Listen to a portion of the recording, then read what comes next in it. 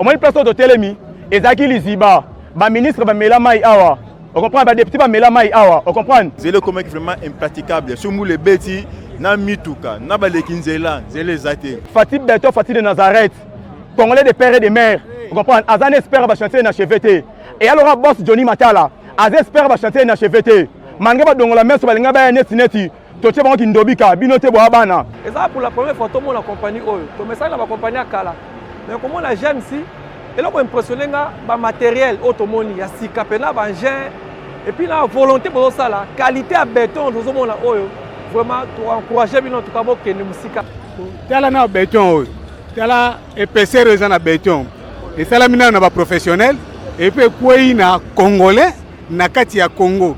Épaisseur à béton yezo ya okuta ngo pa otika ngo. Mais yango ezaka. On a peut-être 40 présidents bakoya. Béton à 20 cm d'ici, 20 cm. Non le salamate. Et la première fois que au monde grâce à moi dans mboka des pères et des mères Johnny béton. Johnny béton. Yango mona zo bétonné partout. Abani a raté papa. Batfo ba ebeso azanani. Soke basoko yé, masikita yé, allez verte yé. OK sous dans Gombe. Et pas fait nanga ibalanke. Yem ta bonse ibalanke liboso wana. Boss Johnny Matala GMC compagnie, batfo zo mi tuna.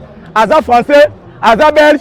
Aza Libanais, Congolais de père et de Congolais de père et le roi de Fatibé. Fatibé.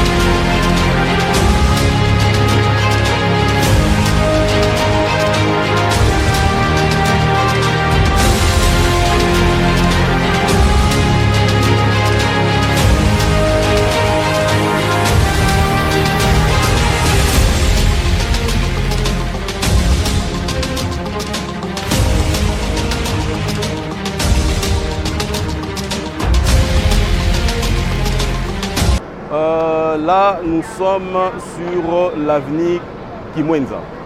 Alors, le projet débute à partir du croisement des avenues Victoire Kimwenza, c'est ça le PK0, donc l'origine du projet, jusqu'à l'avenue Kikwit, donc croisement Kimwenza Kikwit. C'est ça en fait les linéaires qui consistent dans l'exécution de ce projet. Ça fait à peu près 2 km 700. Alors, sur ce projet, il y a des travaux, c'est une réhabilitation parce que c'est une route qui existe déjà.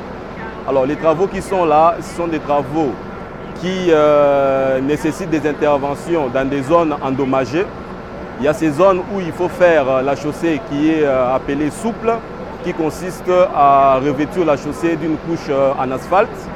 Et il y a des zones où il y a une construction rigide, donc une chaussée rigide, où il faut bétonner la chaussée. Donc la couche de roulement est en béton. Alors voilà, maintenant ici, aujourd'hui, spécialement aujourd'hui, nous sommes au croisement Kimwenza-Kapela, où l'intervention dans cette zone consiste en une chaussée rigide. Qui dit rigide dit bétonnage. Voilà, donc c'est ça ce que nous sommes en train de faire. Toute cette zone ici, donc il y a une partie sur l'avenue Kapela, il y a une autre partie qui entre sur les amorces des avenues Kimwenza. Alors, ingénieur, ça peut prendre combien de jours? C'est vrai, nous savons qu'avec le travaux technique, il n'y a pas vraiment beaucoup de précision, mais selon vos imaginations étant coordonnateur. Oui, bon, le projet entier pour la réalisation, la réhabilitation de cette avenue, le projet avait prévu 14 mois. Alors là, nous sommes au 8e mois d'exécution. C'est vrai qu'on n'a pas beaucoup avancé. Il y avait quand même beaucoup de contraintes liées à toutes les difficultés qu'on avait sur la gestion des eaux. Jusqu'à ce qu'on s'est mis d'accord avec le maître d'ouvrage pour construire un nouveau système, un nouveau réseau d'assainissement pour résoudre le problème. Et lorsque nous l'avons fini, ça nous a permis d'aller plus vite. Vous pouvez le constater, ça fait 1 mois. il y a un mois, l'état d'avancement que nous avions sur cette route et l'état d'avancement que nous avons aujourd'hui, hein, on a vraiment avancé avec l'allure que nous avons pris. Dans un mois, on aura fini tout ce qui est réhabilitation, toutes les interventions que nous devons faire sur cette chaussée. Donc dans un mois, on finit tous les travaux ici. Parce qu'en dehors des travaux de bétonnage que nous sommes en train de réaliser ici, sur cette zone, donc croisement Kimwenza Kapela, nous intervenons aussi sur la partie allant de l'avenue Mbole jusqu'à Kikwit, qui fait dans les 600 mètres. Nous sommes en train d'asphalter. En dehors de là, il va nous rester un peu des travaux de renforcement ici, là-bas, des traitements de pointe à temps, des petites réhabilitations partielles pour aussi couvrir ces zones-là avec les asphaltes. Donc, en gros, le gros des travail, c'est ce qui est en train de se faire, qui peut peut-être finir après-demain. Et ensuite, on va finaliser avec les petits travaux. Donc, dans un mois, on finalise les tout.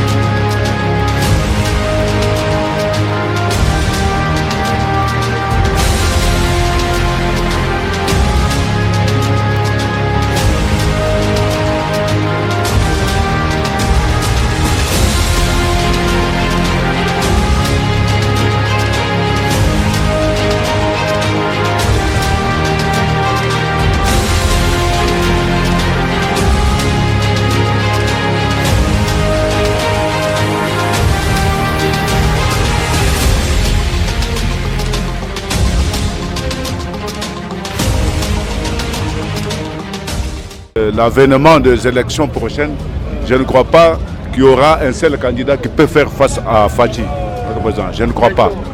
Je ne crois pas, mais il y a un seul candidat qui peut faire face à lui. Il y a toujours eu des gouvernements dans ce pays. Il a fallu tout simplement les dynamisme et le savoir-faire de Fachi pour que ce gouvernement-là puisse se mettre au travail. Il y a toujours eu des gouvernements, mais qui ne font absolument rien pour le développement de ce pays. Hein? Nous n'en avons vu assez. Il y a eu des premiers ministres de tous les diplômes que vous pouvez me citer ici, mais qui n'ont rien fait pour ce pays, surtout en matière d'infrastructure. Nous devons tenir des actions du chef de l'État. Il y en a plusieurs, parmi lesquels dans les domaines des infrastructures. Nous lui devons des éloges, dignes d'un président. Et aussi un mot pour encourager cette MEDEF congolaise, qui est la JMC. Effectivement, je ne pouvais pas terminer mes mots sans pour autant féliciter la main-d'œuvre qui a pu réaliser ce travail ici. Parce que sans la volonté, on ne peut rien faire. Il y a eu des sociétés qui sont passées ici, qui ont réalisé, qui ont commencé des travaux pour ne pas les terminer. Alors, s'ils arrivent à ce niveau ici, nous devons leur jeter des fleurs.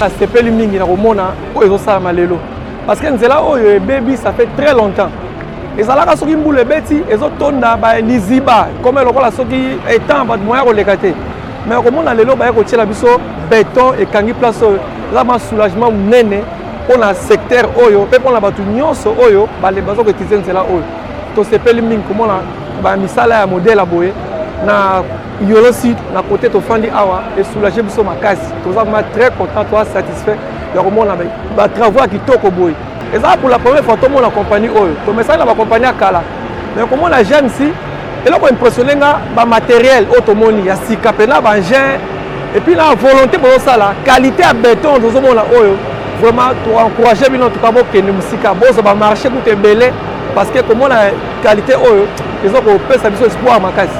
Félicitations mingi. Nasepeli makasi na eloko esalami bongo naza chauffeur ya IEC Gombe tobeta ba boulevard tonyo kwa mifora na bambouteillage na mabulu nzela oyo ebebisi ba mituka ebele ya bato va même ya biso mo pito ndozo so bapane lelo nzamba yo so grâce président de la République Fati Beton oyo alobaki yango ezokokisama po malgré babande kotsatsa bazo continuer kotsatsa ke bakali kasi bakoka te nzamba kobatela ye pona bamisala boye ezaka awa te naoki so eza Congo mobimba omoni avant social ekota nanu fo banzela ezala bien tant banzela nyonso eza bien toza na facilité na biloko mosusu ekota tokoma malaise GMC merci pour notre travail bazosala bazolakisa na volonté nde bazosala mosala na bango bakontinue kaka bo donc merci madame na compagnie ya GMC.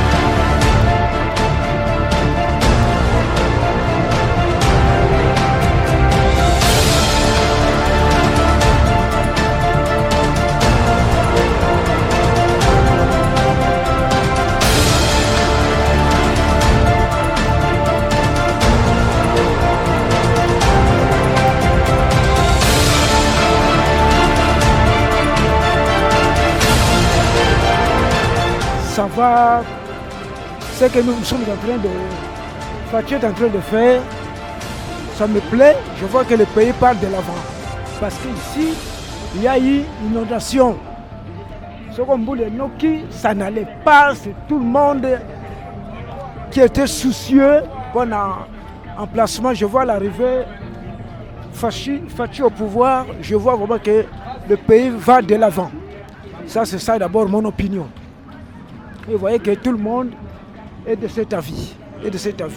Je vois vraiment qu'il y a une montée en flèche. Tout le monde est content de son projet.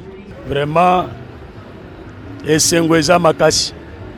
Il y a comme avenue Oyo, il y a Kapela Kimwenza, Nenge Zalaki na Lizi Bayamunene, Bambula na Bambula, et Tikako Salemate.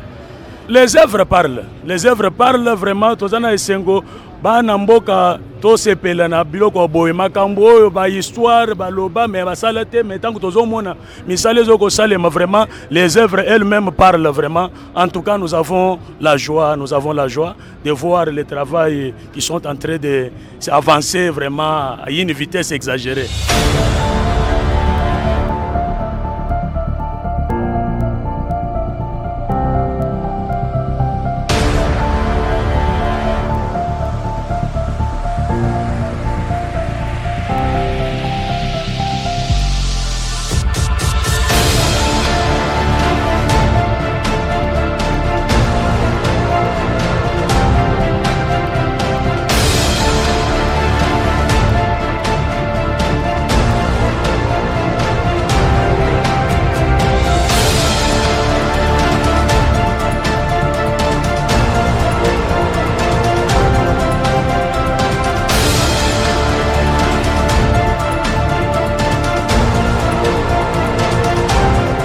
Fati Beton yango ezomona baotia béton, hein.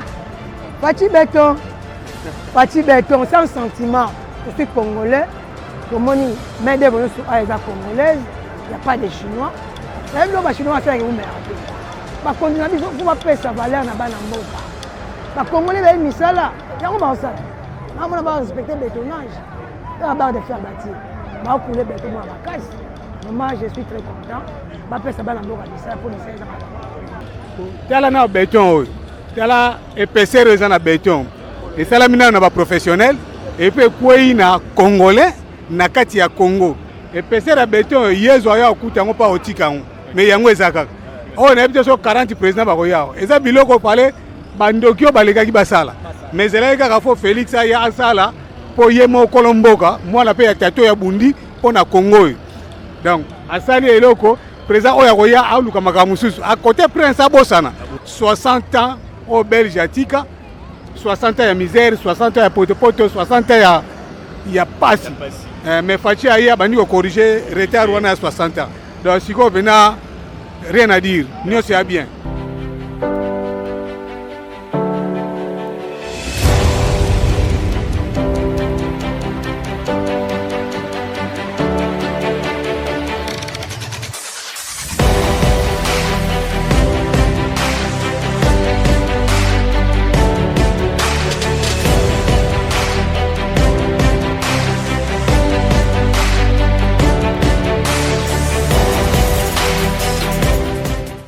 Premièrement, tu féliciter mon konzamboka na neto mona musala salama.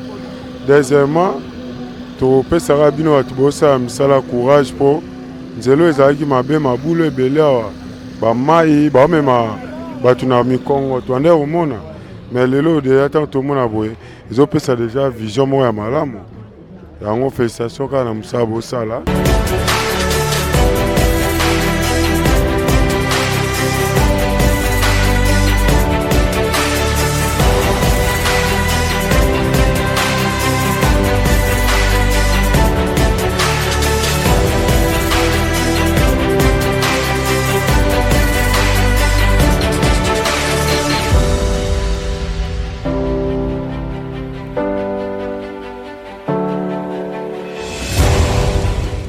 So ebe sengo na zana ngo na zui na ngambongo te mais degré sengo na zana ngo zalo na zui mbongo au moins personne de telemi ezaki liziba ba ministre ba mela mai awa on comprend ba député ba mela mai awa on comprend mais yebelo komoko Fatih Beto Fatih de Nazareth congolais de père et de mère on comprend azan espère ba chanter na chevete et alors boss Johnny Matala az espère ba chanter na chevete manga ba dongola meso ba linga ba neti to che ba kindobika binote bo abana yango to lobi boye place au batu bazomona ngo eleki la batu Beto za 20 cm d'ici tu 20 cm nano salamate et la première fois tu es au monde grâce à moi na mboka de père et de mère Johnny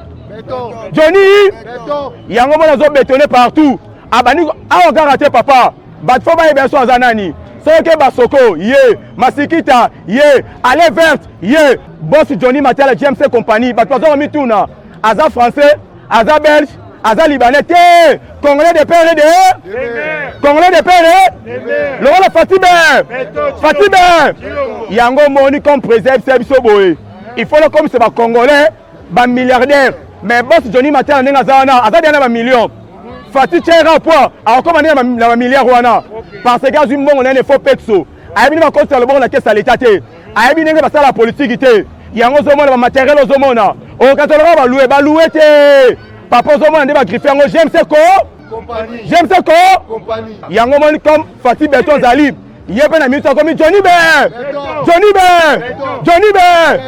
mwana mboka so de père aidé le roi Fatih Be Johnny Be